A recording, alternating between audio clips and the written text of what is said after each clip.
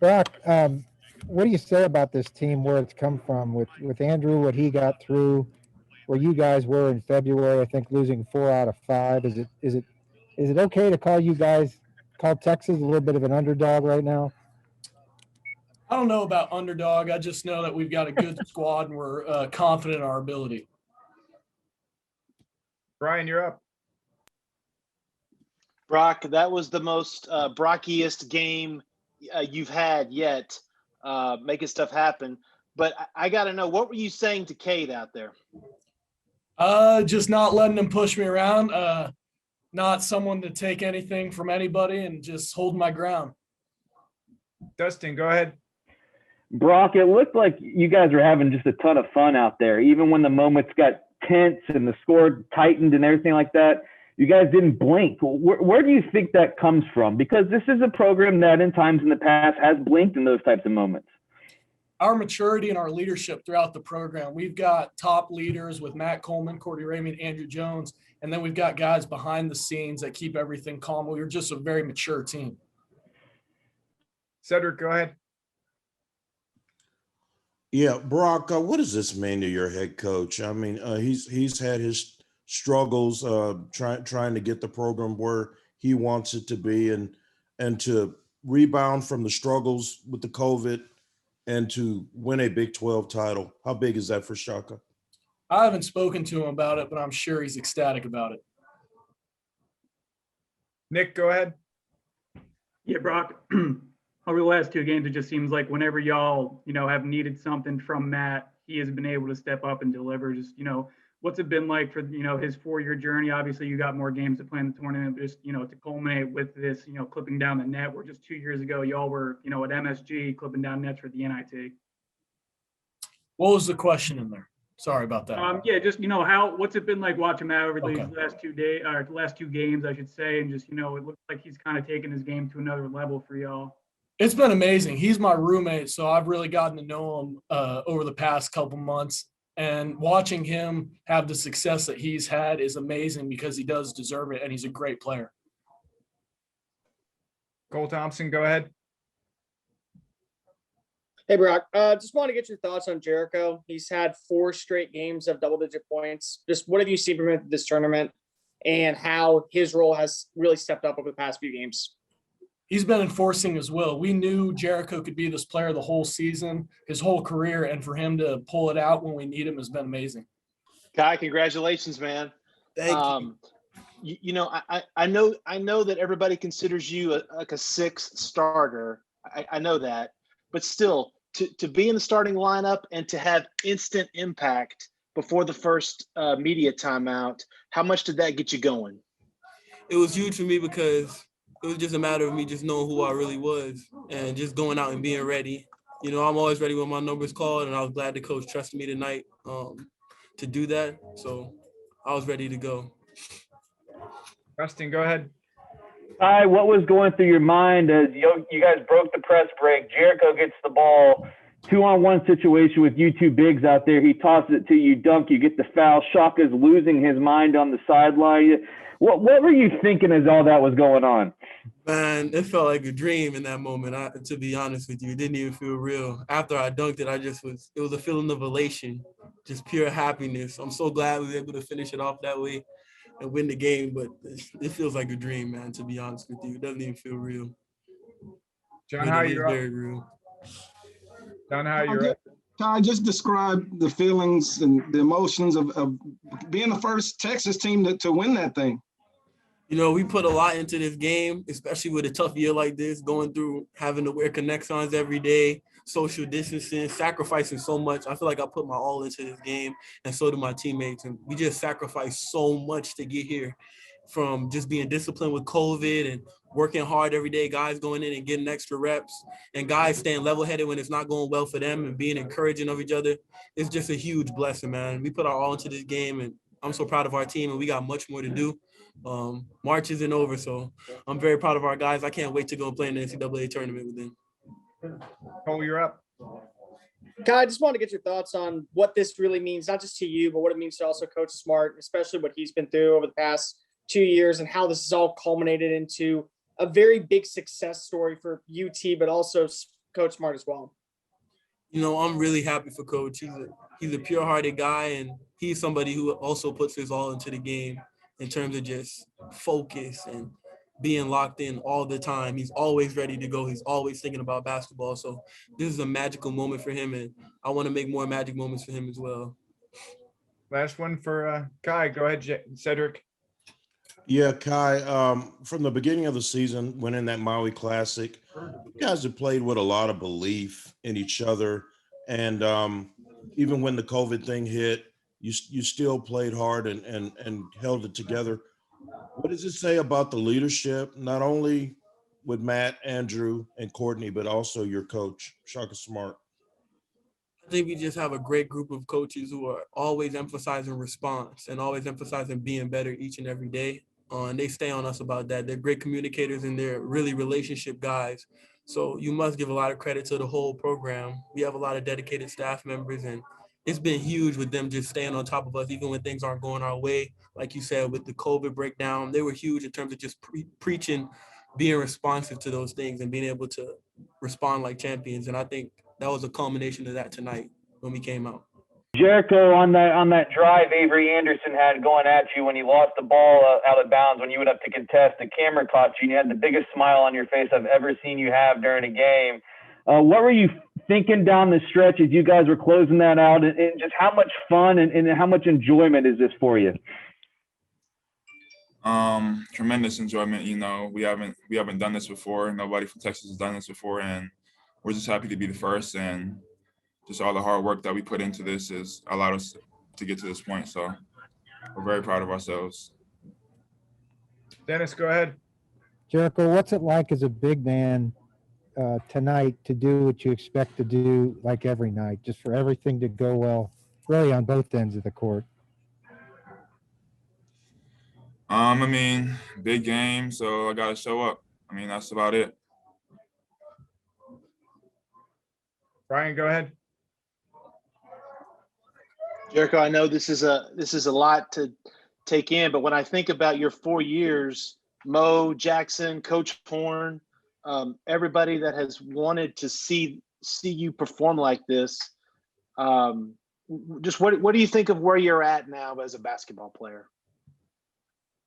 I'm just ready to make that next step. I mean, I can't do it without guys like Matt, guys like Ramey, and you know, we just feed off each other. So I'm glad this is finally coming together. Everything's clicking.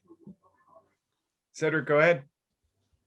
Yeah, Jericho, Shaka's always told us from the time you got on to the court, arrived on campus, that you have a tremendous upside. And for you guys to put it all together and for you to be leading the way, how gratifying is that for you? And what does it say about his faith in you as a player? He's always going to believe in us. He's going to believe in me. I knew that since I signed the contract to come here. So just he puts his faith in me, and I got to show up, and you know, that's it. CJ, go ahead. Jericho, what's your confidence like offensively right now? Well, all I do is just, if I catch it, I go with it. It's not a whole lot to it, you know. I just know that not a lot of guys are going to contest it, and they find me in there, and I do what I do. And last one, Cole, go ahead. Jericho, you had a really big game, 4 straight games of double-digit points, but you and Matt have really connected well during these past few games. Does it help having another player alongside you who you can always rebound off of and always have that strong connection with down in the paint? Yeah, I mean, that's all him. I can't do it without him. So thank you, Jericho. Appreciate it. Thank you. Matt, I don't want to start you out with such a loaded question, but when you think back to Coach Smart recruiting you in the 8th grade and thinking about picking Texas and have it culminate today with a 30-point game to win a Big 12 championship, I mean, how do you put into words and I know you guys still have basketball left to play, but how do you put into words what this means right now? And I can't even explain it. Nobody knows how much it means for myself and for Coach. just since I was in the 8th grade, he recruited me, and since I stepped foot on campus, man, we've had our ups, we had our downs, but nothing compares. And I wouldn't trade anything. No teammate, no coach, and I wouldn't trade Coach Smart for the world. I appreciate him just sticking with me since day one, and I'm glad that we have something to show for it. Dustin, go ahead.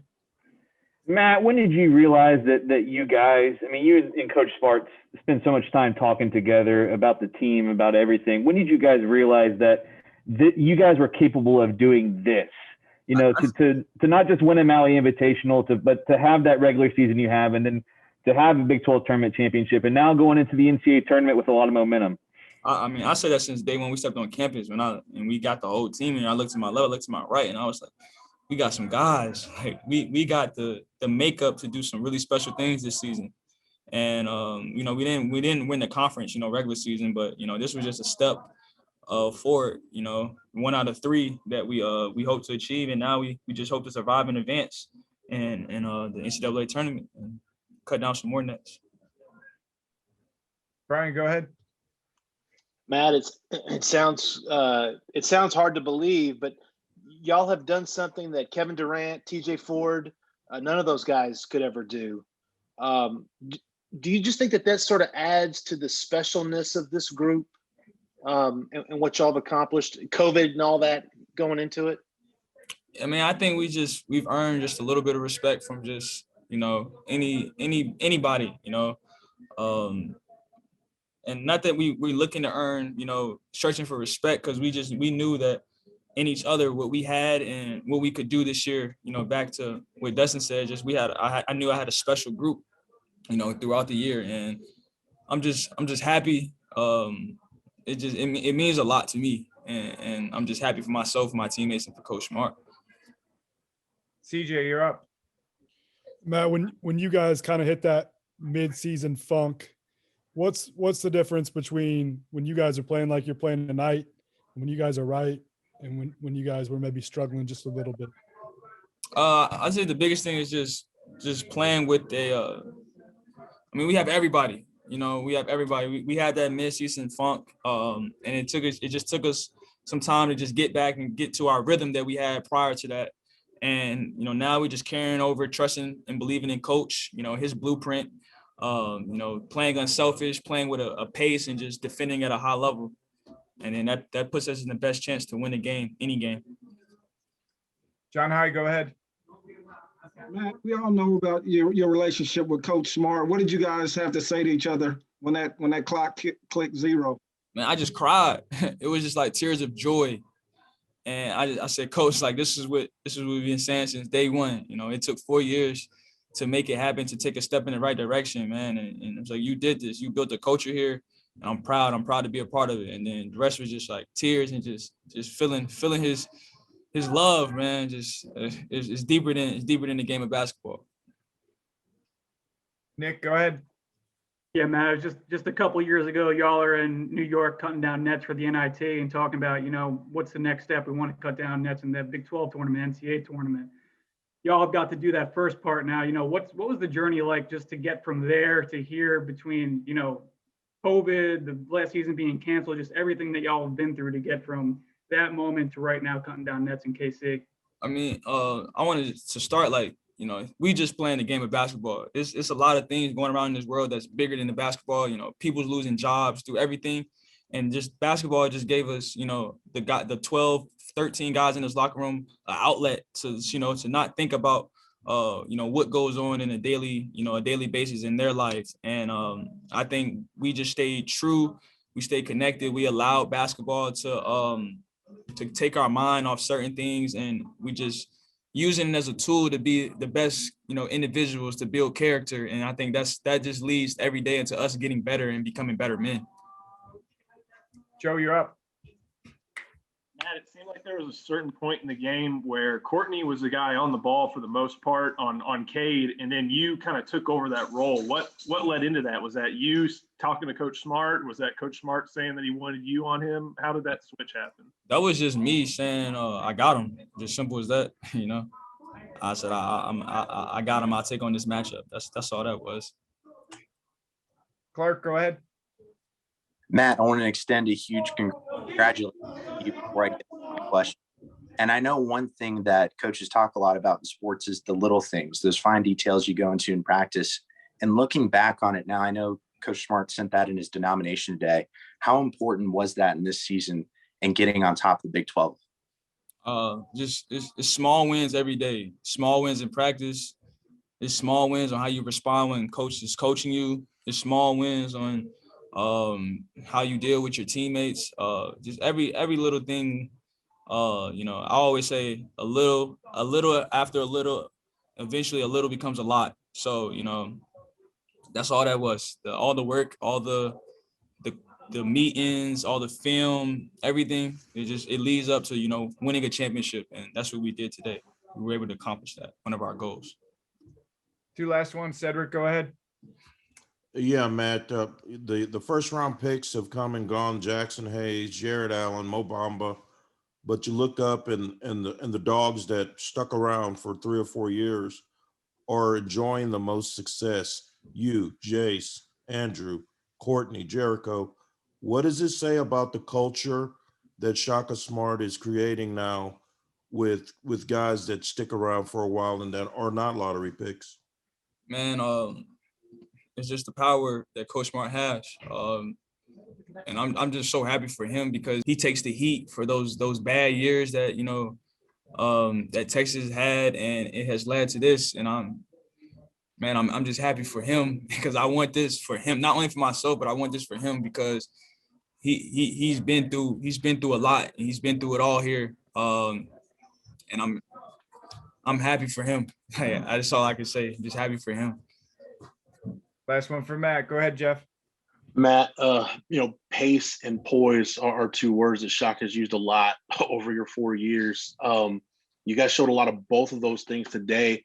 Has it gotten to the point where it's not like teaching those things anymore, but does it feel when you're on the court like those things are second nature and you guys just know you have to play with pace and you have to play with poise to do the things like you did today?